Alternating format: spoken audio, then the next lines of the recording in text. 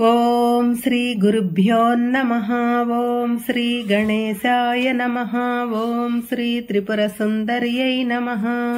ఓం శ్రీ లలితా సహస్రనామార్ధ చంద్రికా. 188వ నామం దుర్లభ. జప తప నియమ నిష్టలు కలిగి భక్తి ప్రవృత్తులతో తప్ప ఆ తల్లిని దర్శించలేము. కనుక ఆమె దుర్లభ. అమ్మవారి అనుగ్రహం కలిగిన ఎన్నో జన్మలకు ఎంతో సాధన చేసిన తరువాత గాని అమ్మవారి దర్శన భాగ్యం పొందలేము. ఆమెను సమీపించటం అంత సులభ సాధ్యం కాదు.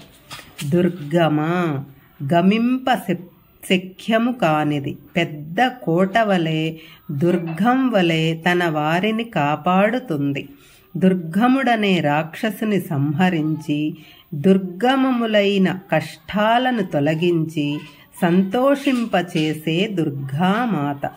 లౌకిక జీవుల పద్ధతులకు, నడవడికకు, అనుసరించే మార్గాలకు అందునది కాదు దుర్గా. 9 సంవత్సరాల బాలికగా కుమారి దుర్గా అని పిలవబడుతుంది. దుర్గా అనే రాక్షసుడి బారి నుండి దేవతలను రక్షించినది. మనలోని చెడ్డతనమును వెడలగొట్టి దాట శక్యము కానివి దాటించి కష్టమైన కార్యములను కూడా సానుకూల పడునట్లు చేయు మనలోని శక్తి స్వరూపిణి. దుఃఖహంత్రి, దుఃఖమును తొలగించునది. అమ్మవారి సాన్నిధ్యములో అజ్ఞాన దుఃఖాలు రెండూ దూరమగును. మనస్సుకు దెబ్బ తగిలితే వచ్చేది దుఃఖము. మనం చేసుకున్న పనులను బట్టే మనకు దుఃఖము వస్తుంది. సుఖప్రద, ఇహపర సుఖములను అందించి తరింపజేసే జగన్మాత సుఖప్రద. సుఖాలు అనేవి 2 రకాలు. ఐహిక సుఖము, ఆముష్కిక సుఖము. అంతర్ముఖమైన సాధనలో ఆముష్కిక సుఖము పొందవచ్చు. భౌతికమైన వస్తు సామాగ్రితో ఐహిక సుఖం ప్రాప్తిస్తుంది. ఈ రెండూ కూడా సాధనా మార్గంలో ఉండేవారికి అమ్మవారు ప్రసాదిస్తుంది. మన సాన్నిధ్యం బాగుండాలంటే మన ప్రవర్తన ఎప్పుడూ మంచిగా ఉండాలి. అప్పుడు అన్ని సుఖాలను అమ్మవారు మనకి ప్రసాదిస్తుంది. దుష్టదూర, దుష్టులైన వారికి, కపట భక్తులకు, దోష ప్రవర్తన గల వారికి అందరానిది, పొందరానిది అయిన ఆతేజో రూపిణి దుష్టదూర. ఆమె ఆశించే, నిర్దేశించే కట్టుబాట్లను కట్టుదిట్టంగా ఆచరించే వారికి ఆమె అనుగ్రహము సంప్రాప్తమవుతుంది. దురాచార శమని, చెడు నడవడికను పోగొట్టునది. సదాచారము వలన దురాచారములు పోగొట్టేటట్లు చేయగల సమర్థురాలు. భక్తులలో ఏమరుపాటునో, పొరపాటునో, గ్రహపాటునో జరిగే దురాచారాలను మాన్పించి సన్మార్గులుగా మార్చే ఆ తల్లి దురాచార శమని, దోషవర్జిత. ఏ దోషము లేనిది, రాగద్వేషాలు లేనిది అయిన శ్రీమాత దోషవర్జిత.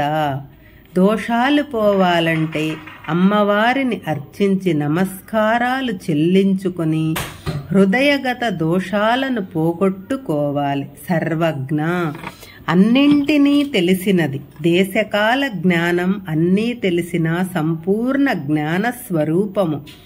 సర్వచరాచర ప్రాణికోటి భూత భవిష్యత్ వర్తమాన కాలాల విషయాలన్నీ తెలిసిన ఆ తల్లి సర్వజ్ఞ.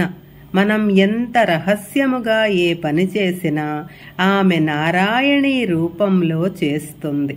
సాంద్ర కరుణ, ఘనీభవించిన కరుణారసం అమ్మవారు. కరుణారస రూపమే ఆమె గనుక తన భక్తులకు ఏ తప్పు చేసినా కన్నతల్లిలా నయానా భయానా వారిని హెచ్చరించి సన్మార్గానికి తీసుకుని వచ్చే ఆమె సాంద్ర కరుణ, సమానాధిక వర్జిత. తన భక్తుల కుల మత సాంప్రదాయాలతో గాని పేద గొప్ప గాని ఆమెకు తేడా లేదు.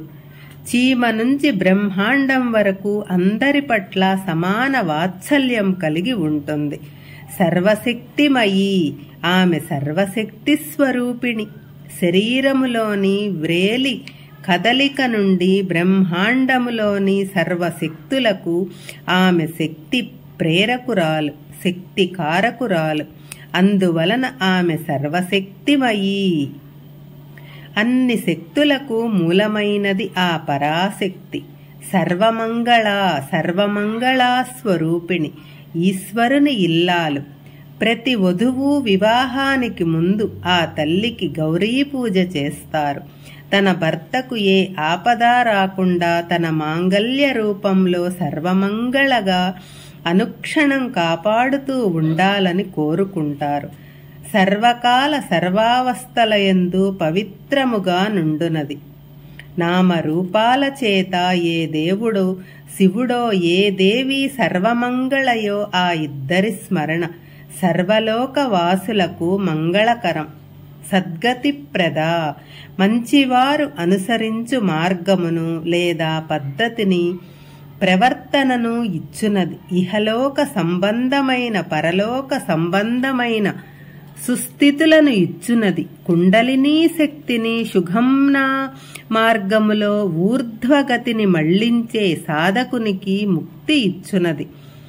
దుస్థితిలో ఉన్నవారు గాని, ప్రవర్తన సరిగా లేనివారు గాని, కాళ్లకు దెబ్బలు లేదా నడక సరిగా లేనివారు గాని ఈ నామాన్ని సంపుటి చేసి జపిస్తే త్వరలోనే వారు సత్ఫలితాన్ని పొందుతారు.